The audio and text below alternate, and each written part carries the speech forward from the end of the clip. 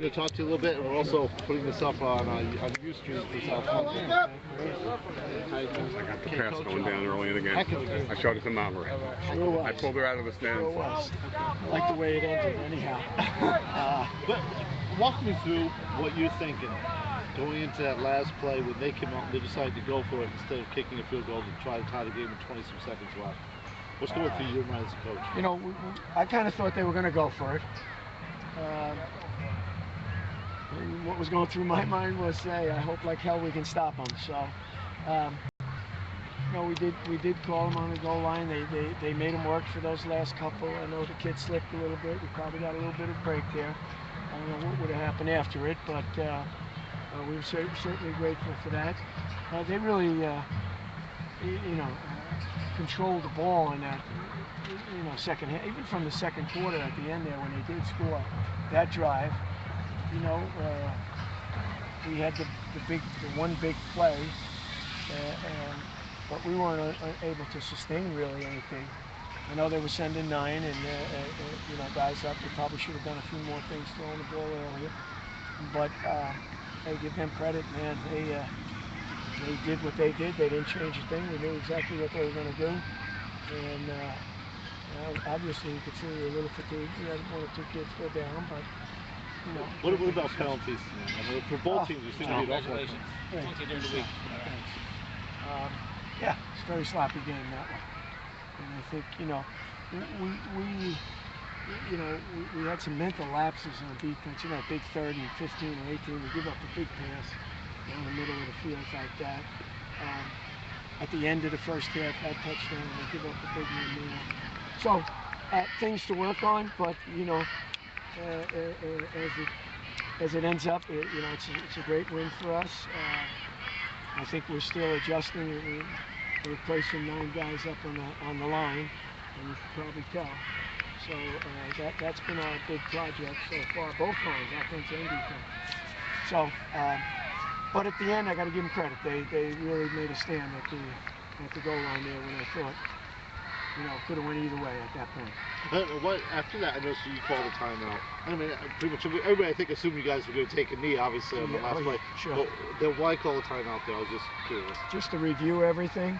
Make sure everybody's on the same page. Everybody's on the same page. You saw the movie All the Right Moves, and you know, you know, just to go over our victory offense again, squeeze down and protect the ball, and just go over our, you know, the rules that we had there while we had a timeout. I'm not going to save it. What's the use of saving it? And they were a little excited about the stop, you know, and I don't want them to think the game is over with 23 seconds left. I don't know what the yard line. We were on about the 2 or the 3 yard line. 2. No, that was an actual movie. Did you ever see that? Yes. Oh yeah. With Tom Cruise. Yes. You get the big stop. Just to kind of review the stuff. So. You said last week in the victory against East Brunswick about how important the defense was. I mean, obviously, interceptions, Sure. The big stop there at the end. How are you feeling about your defense? Oh no, we need to do some work. We really do. We have to get much better. I think they exploited us in some of our weaknesses. I think we missed some tackles, and they're good backs. So don't get me wrong. It's not like, you know, they don't have people there. They got people there.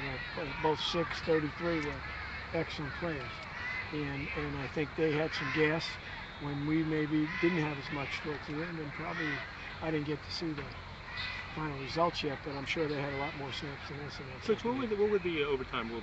You both start at the 10 yard line. You both start at the 10. No, I'm sorry, 25 now. It's 25. I'm pretty sure it's 25, 1st and 10. 25. And then you get, you know, obviously you just run it from normal there. You get a first down, you get it in, you kick the field goal. Were you surprised that they went for it? I really wasn't. And maybe because I didn't have much time to think about it right then at the end. You know, first one of our coaches said it looks like they're coming on for the field goal. And the coach called him back. And I think from his standpoint, Chris, what would you do? He thought he had us on our heels. I probably would have went for it too. He just said he thought that they had the momentum in the game, and that was the call. Heck yeah. And didn't he have a timeout or 2 left at the end of the game? He called one. He did. Yeah, he had 1 more left. Well, he had 1 more left. At that point, I don't think anything was really going to happen. You know, they're going to take a knee. We're going to take a knee. They kind of knew that. So, but hey, we'll take it. 2-0 is 2-0. Old Bridge, great win against Piscataway tonight, so you can't take anyone lightly in the conference. And that's what I told these kids. Every game is like a Super Bowl. That's the way you have to treat it. Especially this year now, because I think they're coming to play South Boston. I think Monroe proved that tonight. There's no question. There's no question. So next week you got Old Bridge next week, you know? Old Bridge, down there. At Old Bridge? Yep. That's Saturday or Sunday? Friday night. Yeah, Friday night again. And then when are you back here? And then I think we go away for the week after that, Edison too. And then we come home for maybe Stevens the next week. You sure next week's on the road? I thought it was in here. Old Bridge, I'm pretty sure it's on the road. But hey, don't. No, I gotta check it. Wherever, either there or here, we're playing Old Bridge. That's the only thing. I know you're playing over. Thank you very much, Coach. Kyle, just want to